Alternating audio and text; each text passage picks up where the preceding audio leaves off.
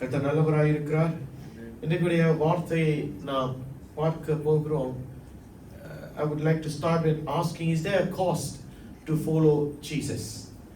அதாவது கிறிஸ்துவை பின்பற்றுவதற்கு ஒரு கிரயம் செலுத்த வேண்டுமா? Is there a cost to follow the Lord Jesus Christ? Well, no. Okay, let's see whether we need to. Is there a cost involved to follow Jesus? The key word is follow Jesus. பின்பற்றுவதற்கு, ஆண்டவராகிய இயேசு கிறிஸ்துவை பின்பற்றுவதற்கு ஏதேனும் ஒரு கிரியம் செலுத்த வேண்டுமா? Let's go back. As usual, an example. வாழ்க்கையில எல்லாத்தையும் உயர்தரத்துக்கு போகணும்னு சொல்லும்போது எதுவுமே நமக்கு எளிதாய் கிடைக்காது. கரெக்ட்டுங்களா? If you want to achieve success in life, nothing comes easy. In fact, there is no shortcuts to actually success. உயர்தரத்துக்கு ஒரு குறுக்கு வழி இருக்குமா? இருக்காது. அப்ப ஒன்றே ஒன்று தான் செய்ய முடியும். இப்ப நல்லா வேலை செய்யறவன் எப்படி வேலை செய்யணும்? கஷ்டப்பட்டு வேலை செஞ்சாதான் நல்லா இருக்க முடியும். ஒரு காலத்துல நல்லா இருக்கணும்னு சொன்னா பிள்ளைங்க இன்றைக்கு நல்லா படிக்கணும். ரைட்டுங்களா? இன்றைக்கு நல்லா படிச்சாதான் நாளையோட எதிர்காலம். We are looking at the year 2025, 2026. How many of you were around in 1980s? Can I see the hands? 1980sல பெரியவங்க, sorry, let's rephrase that. பெரியவங்க 1980ல, how many of you were around? There was 1, 2, 3, 4, 5. நீங்களா சின்ன பயலுங்க, சின்ன பயலுங்க. அதாவது அந்த காலங்கள்ல பார்க்கும்போது ஒரு 300 வெள்ளி சம்பளம் நமக்கு போதும். ஒரு 1000 வெள்ளி சம்பளம் அன்னைக்கு நாங்க பெரியவங்க. We had a lot of money in those days, $1,000. ஆனால் இன்றைக்கு 1000 வெள்ளியை வச்சுக்கிட்டு குப்பையை கூட குட்ட முடியாது. ரைட்டுங்களா? அப்படிப்பட்ட ஒரு காலங்களில் வாழுகிறோம். So it is not easy to reach success by being what I am. அதாவது let's put it this way, there are sacrifices involved, there is cost involved to become the person you want to be in life. வாழ்க்கையில ஒரு சிறந்தவனாய் நீ இருக்க வேண்டும் என்று நினைக்கும் போது ஒரு தியாகம் ஒன்று இடைப்படுகிறது, ஒரு கிரயம் நாம் செலுத்த வேண்டியதா இருக்கிறது. Am I making sense here? Yes. Otherwise, in 2025, you're going to be left behind. And coming back into the church, இன்றைக்கு தேவனுடைய பிள்ளைகளாய் இருக்கிற நமக்கும் there is challenges and there is cost involved. நாமும் கிரயம் செலுத்தக்கூடியவர்களாய் இருக்கிறோம். I cannot be an average Christian today and I want the award to be the best Christian. ஒரு சிறந்த கிறிஸ்தவன் என்ற விருதை எனக்கு கொடுங்க, ஆனா நான் சாதாரணமா இருப்பேன் என்று இந்த இடத்துல நிக்க முடியாது. So every day is a race where we go towards success. புரியுதுங்களா என்ன சொல்றேனே? And I am talking in a spiritual perspective. ஏனென்றால் இன்றைக்கு கிறிஸ்தவ வாழ்க்கையை பார்ப்போம். Have a look around us, not here, in general. How is Christianity today? It's a very superficial Christianity today that we look around. ஒரு மேலோட்டமான ஒரு கிறிஸ்தவத்தை நாம் பார்க்கிறோம். வேதம் விரும்புகிற ஒரு கிறிஸ்தவத்தை நாம் பார்ப்பது கடினமாய் இருக்கிறது. தேவ பயம் உள்ள கிறிஸ்தவத்தை பார்க்க நமக்கு கடினமாய் இருக்கிறது. ஜெப வாழ்க்கை உள்ள ஒரு கிறிஸ்தவனை பார்க்க நமக்கு கடினமாய் இருக்கிறது. வேத வாசிப்பு இருக்கிறதா, அதை தள்ளி வைங்க என்று சொல்லுகிற ஒரு காலத்தில் வாழுகிறோம். உபாசிக்கிறீங்களா அப்படின்னு சொல்லும்போது அது அந்த காலத்தோடையது என்று சொல்லக்கூடிய ஒரு காலத்தில் இருக்கிற கிறிஸ்தவத்தை நானும் நீங்களும் பார்த்து கொண்டிருக்கிறோம். ஒரு சிலர் வாழ்ந்து கொண்டிருக்கிறோம்.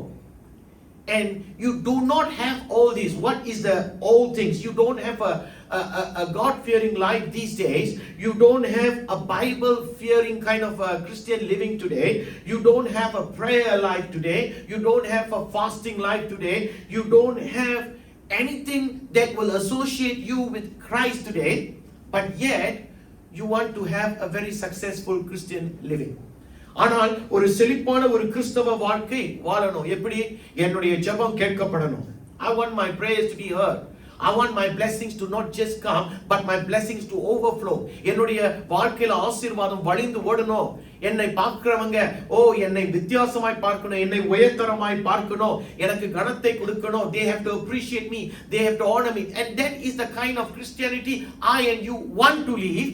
But yet we will not have, or we will not pay the cost involved to be the kind of person you want to be.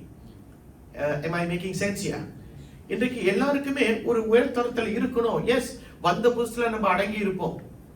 ஆனால் நாளடைவில் நம்ம வளர்ச்சிக்குள் வளர்ச்சி ஆக ஆக we think we are experienced and we want to be somewhere up there, but then I don't have to pay, I don't pay costs, I don't sacrifice anything, I don't read the Bible, I don't live a God fearing life. ஒரு தேவ பயம் இல்லாமல் வாழுகிறேன், but yet I want to be a successful Christian. No, that's not possible. That's the bad news. பிரச்சனை என்னன்னா அப்படி வாழ முடியாது. Why? Because you are not ready to live a sacrificial living. ஒரு தியாகம் உள்ள ஒரு வாழ்க்கையை வாழுவதற்கு நீங்கள் மறுக்கிறீர்கள். ஒரு கிரயம் செலுத்தாத ஒரு வாழ்க்கை வாழ நீங்கள் விரும்புகிறீர்கள். அப்ப அதற்கு நான் என்ன செய்யணும்? ஏன் இது இப்படியாய் நடக்கிறது? I want to be successful, but I am not willing to pay the cost. I am not willing to sacrifice. Why is that? I can only think of one thing, and that is spiritual maturity. இன்றைக்கு எனக்கும் உங்களுக்கும் என்ன இல்லைன்னு சொல்லும் பொழுது ஒரு ஆவிக்குரிய முதுமை இல்லை, ஆவிக்குரிய முதுமை. புரியுதுங்களா? ஸ்பிரிச்சுவல் மெச்சூரிட்டி எத்தனை பேருக்கு புரிகிறது? ஆவிக்குரிய முதுமை. ஒரு காலத்துல வரும்போது I am not a Christian, I don't know what is Christianity. ஆனால் நாளடைவில் நாம் கர்த்தரை அறிந்து கொண்டு ஞானத்தில் வளர்கிறவர்களாய் இருக்கிறோம், வேதத்தில் வளர்கிறவர்களாய் இருக்கிறோம்.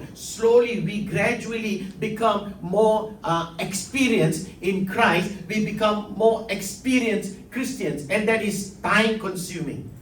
ஆனால் ஒரு காலகட்டம் வரும்போது when a time comes, you and I must be able to attain spiritual maturity. ஆவிக்குரிய ஒரு வளர்ச்சி அல்லது ஒரு முதுமையை நாம் நாளடைவில் பெற்றுக்கொள்வது அவசியம். Because without spiritual maturity, two things can happen. You don't know the will of God. ஒரு ஆவிக்குரிய முதிர்ச்சி இல்லைன்னு சொல்லும்போது தேவன் உங்களிடத்தில் என்ன எதிர்பார்க்கிறார் என்பது உங்களுக்கு தெரியாது. How many of you understand what I'm saying? அதாவது இன்றைக்கு if you do not have spiritual maturity, if God tells you to do something, you will say, I don't have to do, I am mature. Oh, this teaching is not for me, it is for somebody else. Why are you rejecting certain things? That's because you lack spiritual maturity. ஆவிக்குரிய வளர்ச்சியில் நீங்கள் குறைவுள்ளவர்களாய் இருக்கிறீர்கள். அதனால நாம் ஒரு சில காரியங்கள், தேவன் சொல்லுகிற காரியங்களை நாம் உதறி தள்ளுவோம். We will say that is not for me. But how many of you know that the kingdom of God belongs to those who are like children? சிறு பிள்ளைகளை போல இருக்கிறவர்களுக்கு தான் தேவ ராஜ்யம் உள்ளது என்று ஆண்டவராகிய இயேசு அன்றைக்கு சொன்னதை நானும் நீங்களும் மறந்துவிடக் கூடாது. Spiritual platform is like spiritual maturity is like a platform where you go on top, and I will be able to see everybody more clearer. If I go more on top, I will be able to see who is using my handphones secretly, who is talking on the phone secretly. Why? Because I am on a platform. அதே போலதான் நம்ம ஆவிக்குரிய வளர்ச்சிக்குள்ள வர வேண்டும் என்று சொன்னால் நம் படிப்படியா ஏறும்போதுதான் நமக்கு தெரியும் நம்முடைய நிலை எங்க இருக்கிறது.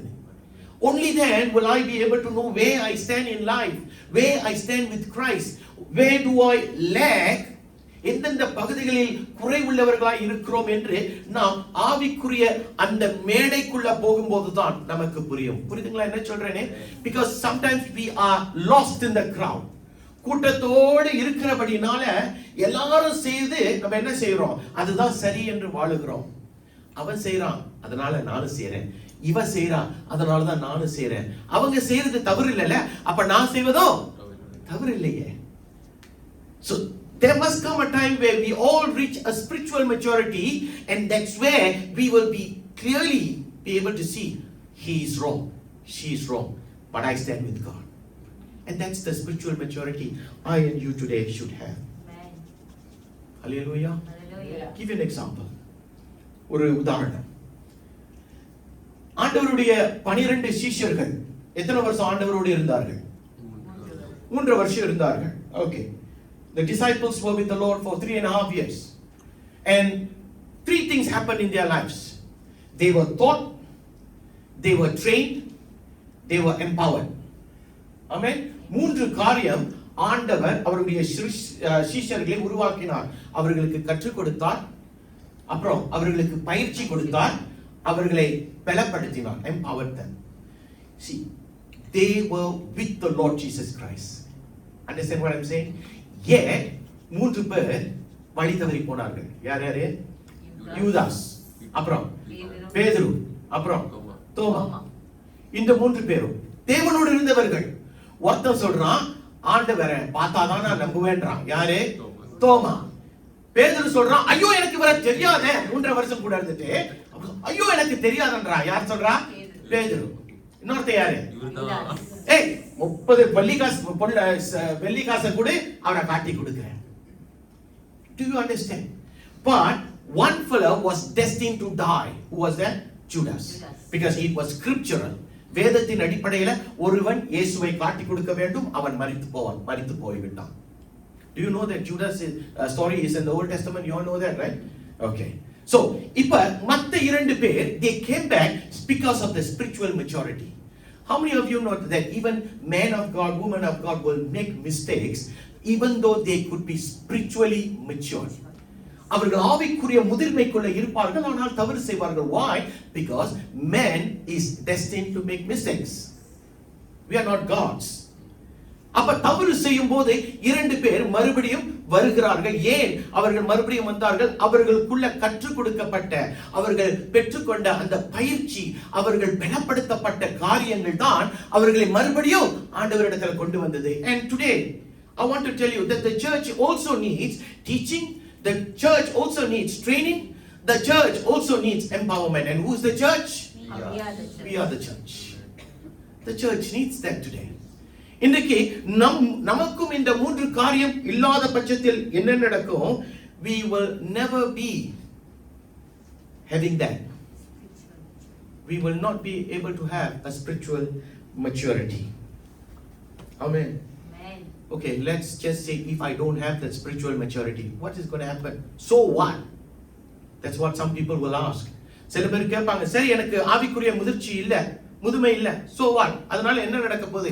என்ன நடக்கும்னு சொன்னா, உங்களை சுத்தி வாழ்றவங்க, உங்களை நம்பி வாழ்றவங்களுடைய வாழ்க்கை என்ன ஆகும்?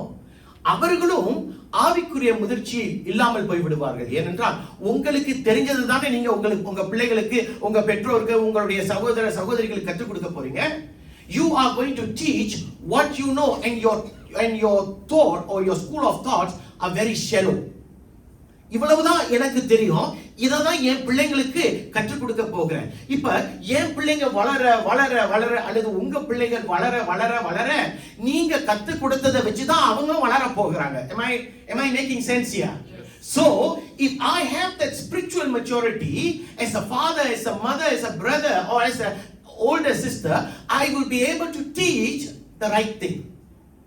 And to teach the right thing, I need to have spiritual maturity. ஆவிக்குரிய ஒரு முதிர்ச்சி இருக்க வேண்டும். Otherwise there is never going to be a next generation. There will never be a next generation, because the next generation will be lost. அடுத்த சந்ததியா, அந்த அடுத்த சந்ததி என்ன ஆகும்? ஒண்ணுமே தெரியாம வளருவார்கள்.